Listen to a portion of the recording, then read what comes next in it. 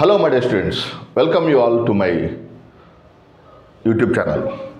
So ఈరోజు మనం discuss చేసుకోబోతున్న topic APSC group 2 main science and టెక్నాలజీలో కరెంట్ చదవాలా కోర్ చదవాలా. ఓకే, సో కొంచెం డెప్త్ ఉన్నటువంటి డిస్కషన్ కొంచెం కేర్ఫుల్గా అబ్జర్వ్ చేయండి. Whether current should be prepared or core should be prepared. Okay, so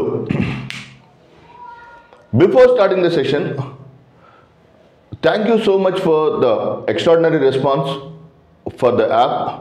so దీంట్లో కొన్ని చిన్న ప్రాబ్లమ్స్ ఫేస్ చేస్తున్నారు స్టూడెంట్స్. ఫస్ట్ టెస్ట్ సిరీస్కి జాయిన్ అయిన తర్వాత మళ్ళీ current science and technology join అయ్యి మళ్ళీ తర్వాత ఈ రెండు జాయిన్ అయ్యాం కాబట్టి మళ్ళీ మెంటర్షిప్లో 1500 ఉంది ఇట్లా అని కాకుండా ఒకసారి మీరు చెక్ చేసుకోండి మీ ప్రిపరేషన్ ఎలా ఉంది. మీరు కరెంట్ సైన్స్ అండ్ టెక్నాలజీ కొంచెం బ్యాక్గా ఉండి కోర్ పెద్దగా ప్రిపేర్ అవ్వకుండా ఉంటే, ఓకే, కోర్ అంటే సాటిస్ఫాక్టరీ లెవెల్లో ప్రిపేర్ అవ్వకుండా టెస్ట్ సిరీస్ మీద మీరు జాయిన్ అయిన టెస్ట్ సిరీస్ ఎక్కడన్నా if you are not happy, then I sincerely suggest you to join the mentorship. మెంటర్షిప్నే ఎందుకు జాయిన్ చేస్తున్నానంటే డబ్బులు ఎక్కువని కాదు. పాయింట్ ఏంటంటే నేను ఏమేం చెప్పాలనుకున్నానో అన్నింటినీ సమగ్రంగా దాంట్లో వస్తాయి. క్లాస్లో చెప్పలేని కొన్ని కవర్ చేయలేని కొన్ని టాపిక్స్ కరెంట్ టాపిక్స్లో కవర్ అవుతాయి. That includes in that. And కొన్ని topics SNT current science test సిరీస్లో కవర్ అవుతాయి. కాబట్టి హోల్సమ్ ప్రిపరేషన్కి మెంటర్షిప్ చాలా బెస్ట్ అడ్వాంటేజ్ నన్ను. సో మీకు full and potential group 2 science and technology మెయిన్స్కి సంబంధించినటువంటి కోర్స్ అంటే I suggest you to go for the mentorship program. Okay, so మీరు కొన్ని అన్ని లైవ్ జరుగుతున్నాయి, కొన్ని ఆల్రెడీ అయిపోయినవి మీరు 2.0 పెట్టుకొని కొంచెం ఫాస్ట్గా వినొచ్చు. టెస్ట్ సిరీస్ మాత్రం ఎక్స్ట్రాడినరీగా ఉంటుంది. Current science and technology uncomparable అనమాట. ఓకే, సో ఈ మూడు మీరు నిశ్చితంగా గమనించుకుంటూ చూస్తే ఈ రెండు మళ్ళీ జాయిన్ అయిన తర్వాత మళ్ళీ మెంటర్షిప్ కంటే మళ్ళీ again you need to pay for 1500. మళ్ళీ again calling and requesting through the app is somewhat problematic for me.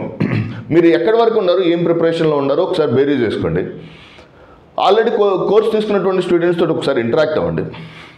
Okay, so that మీరు ప్రిపరేషన్ని ఓకే కొంచెం గేరప్ చేసుకుంటూ వెళ్ళండి. ఇక్కడ చాలా ఇంపార్టెంట్ ఇంట్రెస్టింగ్ టాపిక్ ఏంటంటే కోర్ చదవాలా కరెంట్ చదవాలా. కోర్ చదవాలంటే జీకే అంతా చదవాల్సి వస్తుంది. కరెంట్ చదవాలంటే రోజుకు 150 పేజీలు డౌన్లోడ్ కనపడుతున్నాయి. అసలు ఎవరు మీకు ఇంత ఎక్స్ట్రాడినరీగా చాలా పర్ఫెక్ట్గా మిస్లీడ్ చేసుకుంటూ వెళ్తుంది. కరెంట్ అంటే ఏంది, సైన్స్ అండ్ టెక్నాలజీలో జరిగే ప్రతి ఒక్క న్యూయాన్స్, ఏ రోజు అది జరిగింది, ఈ రోజు ఇది జరిగింది, ప్రతి ఒక్కటి మీరు అలా కంపేర్ చేసుకుంటూ వెళ్తే 365 రోజులకి 5000 పేజీలు వచ్చింది డాక్యుమెంట్. 365 రోజులు అదవుతున్నాను 365 డేస్ ప్రతి మినిస్ట్రీ ఎస్ఎన్టీకి సంబంధించినటువంటి ప్రతి డిపార్ట్మెంట్ నుంచి మీరు ఎక్స్ట్రాక్ట్ చేసుకుంటూ వెళ్తే కనీసం మినిమంలో మినిమం థౌజండ్స్ ఆఫ్ పేజెస్ వస్తుంది. Is it practically possible for any student? అక్కడ మీకు ఎక్స్పర్ట్ ఏం చెప్తాడు, ఏది చదవాలి ఏది తీసేయాలనేటువంటి experienced faculty will guide you to go for a specific orientation అనమాట. అలా కాకుండా వచ్చినటువంటి ఇంటర్నెట్లో దాన్ని కనిపించిన ప్రతి సమాచారాన్ని డీకోడ్ చేసుకుంటూ అది స్టూడెంట్స్కి భారం అయిపోతుంది, యాజ్ వెల్ యాజ్ ఫ్యాకల్టీకి భారం అయిపోతుంది. ఓకే, సో ఆ రిఫ్లెక్షన్ ఎక్కడ కనపడుతుంది అంటే సైన్స్ అండ్ టెక్నాలజీలో 20 మార్కులు వస్తే చాలు అని.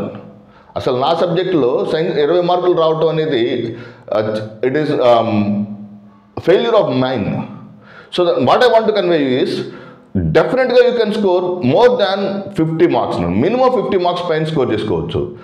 ఎప్పుడు బ్యాలెన్స్డ్గా చదివితే కోర్ని మరియు కరెంట్ని రెండింటిని మిళితం చేసుకుంటూ చదవండి. ఓకే, కరెంట్ అట్లా ఉంది. కోర్ అంటే ఇక చూడండి history of science and technology అనమాట. Okay, history of science and technology means what? Okay, ISRO ఎప్పుడు పుట్టింది, ఓకే, ఇన్కో స్పార్క్ పుట్టింది, ఇన్కో స్పార్క్ ఎవరు పునాదేశారు, ఇన్కో స్పార్క్తో ఎస్టాబ్లిష్మెంట్ ఎలా జరిగింది. So these are all the misleading things through which the students are facing so much of consequences. అంటే అసలు ఏది గుర్తుపెట్టుకోవాలి ఏది గుర్తుపెట్టుకోకూడదు అనేటువంటి డైలమాలోకి వెళ్ళిపోతున్నారు. For example launching vehicles of ఇస్రోలో SLV, ASLV, PSLV, GSLV, SSLV, LVM three, NGLV ఇవి మొత్తం 7 వాహక నౌకలు. ఈ 7 వాహక నౌకల్లో SLV, ASLV you need not to thoroughly prepare. Okay, so వదిలేసేయండి. PSLV okay, history of the PSLV అంత అవసరం లేదు కదా. PSLV main PSLV C11 Chandrayaan 1 తీసుకెళ్ళింది. Okay, PSLV C25 Mars orbiter mission తీసుకెళ్ళింది. పిఎస్ఎల్వి C37 104 శాటిలైట్స్ ఒకే ఆర్బిట్లో ప్రవేశపెట్టింది. ఓకే, ఇలా పిఎస్ఎల్వి C57 ఆదిత్య L1 తీసుకెళ్ళింది. ఇట్లా మెయిన్ మిషన్స్ మీరు కనుక కాంప్రహెన్సివ్గా గుర్తుపెట్టుకుంటే that makes the good sense. అసలు సిలబస్లో ఏం చెప్పాడు? Science missions of ISRO. Syllabus ఒకసారి పక్కన పెట్టుకున్నాను. సిలబస్ని పెట్టుకొని సిలబస్కి అనుగుణంగా మీ ప్రిపరేషన్ వెళ్తుందా లేకపోతే ర్యాండమ్గా వెళ్తుందా? Okay, that is a very important thing. Okay, core చదవమన్నారు కాబట్టి history of science and technology, GK of science and technology చదవకండి. చదివితే అక్కడ ఫ్రస్ట్రేషన్ స్టార్ట్ అవుతుంది అనమాట. నేను అసలు ఎస్ఎన్టీ చదువుతున్నానా జీకే చదువుతున్నా అనే తేడా లేకుండా పోతుంది. లేదా నేను ఎస్ఎన్టీ చదువుతున్నానా లేకపోతే history of science and technology చదువుతున్నా అనేటువంటి కన్ఫ్యూషన్. అంటే actually it's a very extraordinary subject, చాలా అద్భుతమైన సబ్జెక్ట్ సైన్స్ అండ్ టెక్నాలజీ. దాని పల్స్ అర్థం కాక దాన్ని చదివే విధానంలో చదవలేకపోవడం వల్ల ఏమవుతుందంటే మొత్తం కంగాళి అయిపోతుంది. జీకే లాగా చదవద్దు మీరు, హిస్టరీ లాగా చదవద్దు. కరెంట్ డైనమిక్స్ లాస్ట్ 2023-24లో జరిగినటువంటి మెయిన్ ఇంపార్టెంట్ ఈవెంట్స్ని కాంప్రహెన్సివ్గా చదువుకుంటూ వెళ్ళండి. అలా అనగానే మరలా మొదలు పెడతారనమాట. ఏమంటారు? 2023-24 అనగానే రోజు మినిస్ట్రీ యొక్క వెబ్సైట్ల నుంచి డౌన్లోడ్ చేసి వాటిని విపరీతంగా మగ్అప్ చేయటం అనేది it is not at all advisable for a science and technology mains aspirant.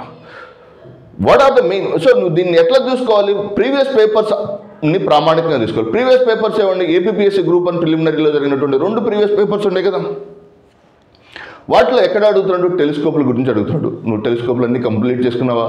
Okay, square kilometre array అయిపోయిందా? 30 మీటర్ టెలిస్కోప్ అయిపోయిందా? సో ఇలా ప్రతి ఒక్క సెగ్మెంట్ని చాలా కాంప్రహెన్సివ్గా ప్రిపేర్ అవ్వండి. మీకు డెఫినెట్గా ఆ రెండింటి మధ్య వ్యత్యాసం మీరు కాంప్రహెన్సివ్గా ఎస్టాబ్లిష్ చేసుకోవడానికి ట్రై చేయండి. So bid bank is going to be release very soon. అంటే రేపు కానీ ఎల్లుండి కానీ సాఫ్ట్ కాపీ అంటే ఆన్లైన్లో it is going to be release through online. Okay, soft copy, hard copy may take some more time. So I suggest you to get that particular bid bank through the soft copy. Okay, చాలా reasonable ప్రైస్లోనే చాలా extraordinary content తోటి I'm going to give that particular test series and bid bank through which you can score. అంటే దాన్ని మళ్ళీ reverse engineering చేసుకుంటూ కొంత టాపిక్ని కనుక ఎస్టాబ్లిష్ చేసుకుంటూ వెళ్తే నీకు డెఫినెట్గా హయ్యర్ మార్క్స్ వచ్చేటువంటి పొటెన్షియల్ ఉంటుంది నాకు. ఓకే, సో దానికి ఒక సెపరేట్ మోడ్ ప్రిపేర్ చేస్తున్నాను, మీరు చదువుకోవచ్చు. ఓకే, అండ్ సెకండ్ మీతో చెప్పాలనుకున్నటువంటి మెయిన్ ఇంపార్టెంట్ థింగ్ ఏంటంటే ఎప్పుడైనా ఒక వ్యక్తి యొక్క విజయానికి 2 ప్రధానమైన అంశాలు దోహదం చేస్తాను. నెంబర్ 1 నిజాయితీ, నెంబర్ 2 హార్డ్ వర్క్.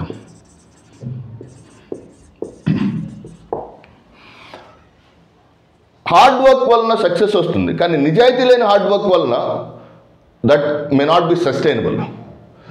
నిజాయితీతోటి మాత్రమే విజయం వస్తుంది అనుకోవటం గాలిలో దీపం పెట్టినట్టుంది అనమాట. నిజాయితీ ప్లస్ హార్డ్ వర్క్ 2 కలిపి చూడండి. అంటే నిజాయితీగా ప్రాక్టికల్గా ప్రపంచంలో నిజాయితీతో 100% నిజాయితీతో ఉండటం ప్రాక్టికల్గా పాసిబుల్ కాదు. కాబట్టి అట్లీస్ట్ టువర్డ్స్ యువర్ ప్రొఫెషన్ నువ్వు ఏదైతే వృత్తి ఎందుకున్నావో, పుస్తకం తీసుకున్నావు కదా, చదువుకుంటున్నావు, ఆ చదువుకునే ప్రాసెస్లో కంప్లీట్గా కంపల్సరీగా నీతో నువ్వు నిజాయితీగా ఉండడానికి ప్రయత్నించు. నువ్వు టైం టేబుల్ వేసుకున్నావు. సో అభ్యర్థులు చేసేటువంటి ఫస్ట్ పని టైం టేబుల్ వేసుకుంటావు. టైం టేబుల్ వేసుకున్నాక ఏం చేస్తారు? టైం టేబుల్లో ఒక పావు గంట లేట్గా స్టార్ట్ అయింది అనుకో, పావు గంట ముందే వదిలేస్తారు. ఓకే, సో 7:30కి నువ్వు స్టార్ట్ చేయాలి. 7:30 to 10:30, 7:45కి మొదలు పెట్టావు అంటే అప్పుడు ఎక్కడ ఆపాలి? 10:45 కదా, కానీ 10:30కి ఆపడం. So which is nothing but cheating your self. నన్ను ఓకే, సాధ్యమైనంత వరకు డెడికేటెడ్ అండ్ కమిటెడ్గా నీ ప్రిపరేషన్ కొనసాగిస్తూ వెళ్ళు. ఈ 2 ఆయుధాలను తీసుకో. ఒకటి నిజాయితీ, నెంబర్ 2 హార్డ్ వర్క్. ఈ 2 ఎప్పుడైతే నీ చేతిలో ఉంటాయో విజయం సాధించడం తథ్యం మిత్రమా. సో ఈ 2 జాగ్రత్త గుర్తుపెట్టుకోండి. నెంబర్ 1 కోర్ అనగానే విపరీతంగా సముద్రంలో ఈదినట్టు జీకేలు హిస్టరీలు చదవగాకండి. ఓకే, జీకేకి సెపరేట్గా హైటెక్ విజయరహస్యం అనేది పుస్తకం ఉంది, అది మీకు సంబంధం లేదు. హిస్టరీకి డిఫరెంట్ ఆథర్స్ తోటి రాసిన పుస్తకాలు ఉండి they also may not be useful. మీరు చదవాల్సింది సైన్స్ అండ్ టెక్నాలజీ. రోజు నీ దైనందిక జీవితంలో కనపడేటువంటి technological aspects are extremely important for your examination point of view. చాలా మీరు దైనందిక జీవితంలో మీరు చూసేటువంటి ఎవ్రీ ఆస్పెక్ట్, మొబైల్ ఫోన్ అన్నారు, లేదా వైఫై అన్నారు, హాట్స్పాట్ అన్నారు, బ్లూటూత్ అన్నారు, ఓకే, క్రిప్టో కరెన్సీ అన్నారు, central bank of digital currency అన్నారు. ఇవన్నీ potential areas for your examination point of. Just నువ్వు చూసే జ్ఞాన తృష్ణ అంటారు చూసారు, ఏదైనా ఒక వస్తువు చూడగానే ఇది దేంతో తయారైంది, మార్కర్ ఇలా రాస్తున్నావు, క్యాపిలరీ యాక్షన్ గుర్తుపెట్టుకోవాలి. సో అట్లా ప్రతి ఒక్క ఇంపార్టెంట్ ఈవెంట్ని నువ్వు నీ ఎగ్జామినేషన్ పాయింట్ ఆఫ్ వ్యూలో రిలేట్ చేసుకుంటూ చదవగలిగితే, పర్టికులర్లీ సైన్స్ అండ్ టెక్నాలజీ చాలా ఈజీ అవుతుంది. అంటే అవి వస్తాయా రావా అనేది కాదు, నీకు సబ్జెక్ట్ మీద ఇష్టం ఉందా లేదా అనేది తెలుస్తుంది అనమాట. ఎప్పుడైతే నీకు సబ్జెక్ట్ మీద ఇష్టం ఉంటుందో చదివేటప్పుడు కష్టంగా చదవు. ఫర్ ఎగ్జాంపుల్ నువ్వు ఎల్ఈడి టీవీ చూస్తున్నావా, ఓఎల్ఈడి టీవీ చూస్తున్నావా, ఎల్సీడీ టీవీ చూస్తున్నావా, వీటి మధ్య డిఫరెన్సెస్ చూసుకోవాలి. నీ రూమ్లో ఉన్నటువంటి ఎల్ఈడి బల్బు యొక్క ప్రిన్సిపల్ ఏంటిది, ఎల్ఈడి బల్బులకి కేంద్ర ప్రభుత్వం ఏమైనా స్కీమ్స్ లాంచ్ చేసిందా? Are you getting my point? That is the way. అటన్నీ ఒక పేపర్ మీద రాసుకో. ఓకే, సో దీనికి మెంటార్ కానీ ఎవరైనా క్లాస్ టీచర్, మీరు ఎక్కడైతే క్లాసెస్ అటు ఉందో ఆ టీచర్ని అడగండి. సో వాట్ ఈస్ దిస్, లేదా గూగుల్ చేయండి. గూగుల్ ఏ వెబ్సైట్లో చేస్తారంటే quora.com అనే ఒక వెబ్సైట్ ఉంటుంది, చాలా అద్భుతమైన వెబ్సైట్ ఉంటుంది.